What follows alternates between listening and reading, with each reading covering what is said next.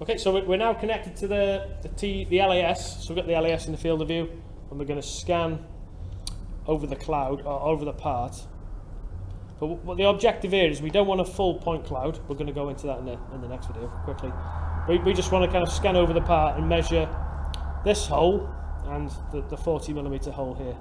So the idea is we scan over, we don't get kind of loads of spurious data over the part, we just end up with data what we want inside the hole. So we're aligned to the CAD already, and we've got some kind of features defined. So John's going to scan away, and as we're scanning, you'll see the data appear in the holes. I just have to tell the software that we're going to right click and we're going to do some live filtering. So we want them to, so the 80mm and the 40, do OK, and we can scan away. Okay, just quickly as well on the screen, on the live feed before we get going, you can see the red laser stripe. So I've got the handheld scanner and I can twist it and rotate it, and the tracker will track that in 6 degrees of freedom. That's how the 6DoF system works. There are actually 2 red lines on the screen. I'm not sure if you can see those, but when the 2 red lines intersect, we know that we're at the optimum standoff for this tracker, which is 150mm. The actual scan width is up to 220, depending on what profile we select, and we can take up to 150,000 points a second. So with a minimum point spacing of 13 microns or 0.013 of a millimeter. So it's a pretty accurate scanner, nice and quick, and it auto exposes on the surface that we're scanning as well. So with nothing really pre-configured, I'm just going to set my standoff by moving it up and down, wait for the 2 lines to intersect, aim the tracker at something, aim the scanner at the inside of the cylinder, squeeze the trigger, and start to gather the data. So you can see on the screen where that data is coming in. I'm going to move the scanner, get the other side or the other wall of the cylinder, add some more data to that cylinder. This is the small 40mm cylinder. Keep scanning away, fill it with data, hopefully that's enough, and then move on to the next one. So I'm going to move to the 80mm cylinder now, get my standoff sorted, start scanning. So I'm going to work my way around the actual cylinder itself, capturing the data, and you can see the filter that Barry selected is actually dynamic. So whilst I might be scanning the top surface of the plane, none of that data is actually appearing in the cylinders themselves. So it's only extracting or filtering the data that we need in those cylinders to actually get a decent measurement of those cylinders. So if I just stop now, in fact I'll put the scanner back on its little stand for safekeeping. You can see now in a moment. So we can see graphically the call out's kind of populated. So we've got 80.1 on the center bore, which is this kind of one. That's what I'm looking at, 80.1. And then on the 40mm, we've got 40.057 microns. So by using the filtering, we've not got a kind of big spurious cloud all over the part. Okay, so I'm going to scan the front face now. So I'm going to hide these call outs. Change the point cloud colours just for clarity. Let's go blue. Do OK. Put that to the side. Let's change the cloud name. Let's go up front. Do OK. Okay, so if you scan the front face now. Okay, so just quickly before I actually do that, I'm going to demonstrate one of the features of the scanner. So you'll notice on this side of the scanner we've got a reflector and these little diodes. That's what the tracker actually looks at in order to calculate the position of the scanner in the air. So to scan the front face of this part, I need to orientate the scanner. I'm going to twist it, and you can hear that little confirmation beep from the tracker and the scanner itself that we're now locked on, and the tracker is looking at this back face. I've actually just interrupted the boom with my hand, so we'll hear another beep in a moment when it locks back on. So if I take my hand away, okay, everything's gone green again. I've got the confirmatory beep, so I know that I'm good to scan. So I'm now going to position the scan head in front of that face, squeeze the trigger, start scanning, and again you can see the point cloud coming in quite nicely. There you go. So with just one squeeze and one pass, that's all I'm going to do. And I'll hand over to Barry to have a look at that data. Yeah, so just minimise the video. So we've got a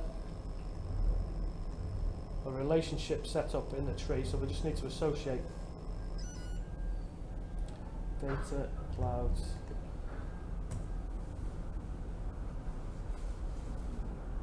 Okay, let's put properties.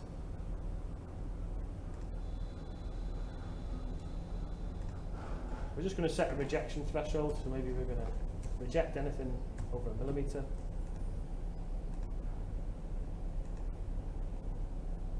Okay, and then we're going to just close this. We finished measuring now, so we're just going to close this off. And we're going to right click, properties. And we're going to put this voxel cloud display on in regards to seeing the deviations. Okay, so similar to what we had with vectors, but we've kind of got this voxel display is the way SA kind of shows the data. So in regards to calling that out, if we go to reporting, we're going to do a call out, we're going to do a voxel call out. Oh, we have to select the vector group, which is surface profile.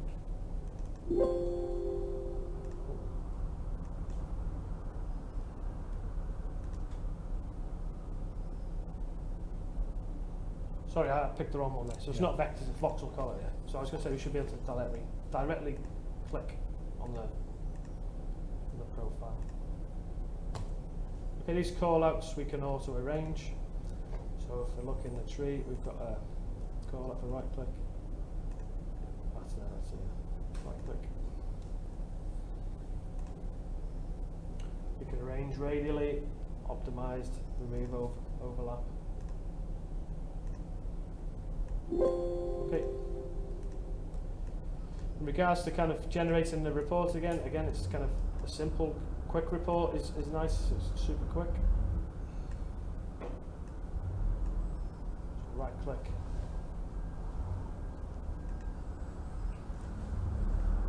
Back to the PDF.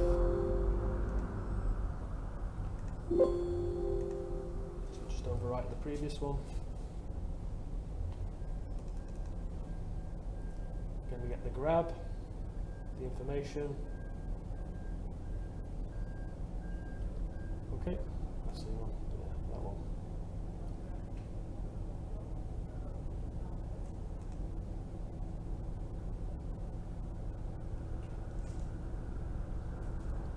Okay, so that was what we wanted to show you really. So live filtering and the fact that we can scan faces and kind of generate reporting based on the cloud deviations to the nominal. Something to note with the scanner, obviously, that we've shown you measuring an object with a known CAD model or nominal values. The scanner is absolutely great for measuring and actually scanning items that are unknown to the user or the operator. You can reverse engineer those objects. If you have some accident damage or a dented panel, for example, you can scan it and create and output point cloud data or mesh data, which you can give to designers in a CAD system in order to quantify the damage to a panel, for example, or to do some design remedial work or some stress work. That's how other aerospace companies assess the damage and work out what needs to be done to what remedial work needs to be carried out. So are we going to do a quick demo? So. Yeah, let's just scan this. Maybe let's move this block out of the way. Okay. Just unscrew them clamps.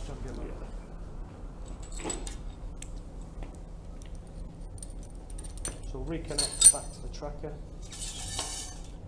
You can see that. So we've got like a pressed metal part here. It's a bit of a demo part, but some nice shapes and curves.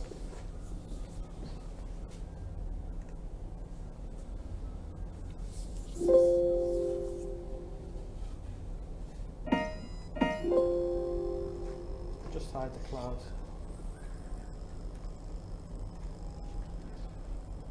Okay, we just hide the.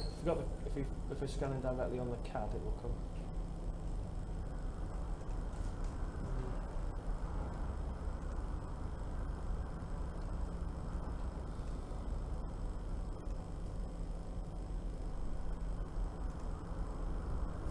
Okay. circles.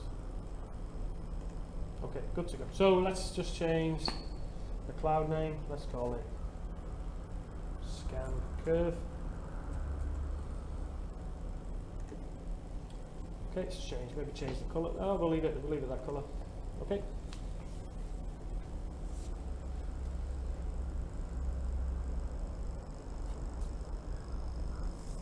So as John's scanning, we can see the cloud appearing.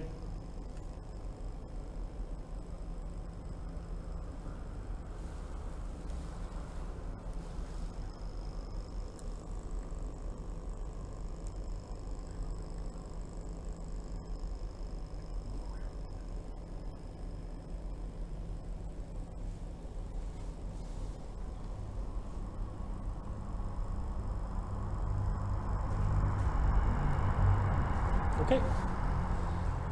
Stop that. In regards, yeah, so we'll just kind of tidy the cloud up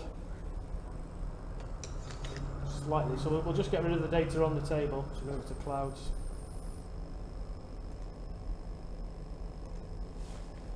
Just going to get rid of some of this.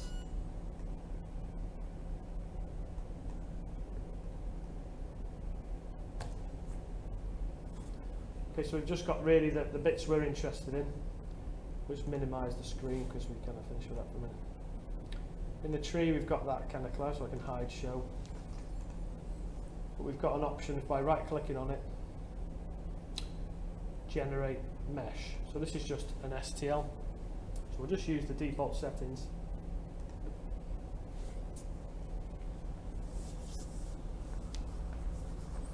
So a mesh file, an STL file, is effectively comprised of lots of small triangles. The triangles are different sizes depending on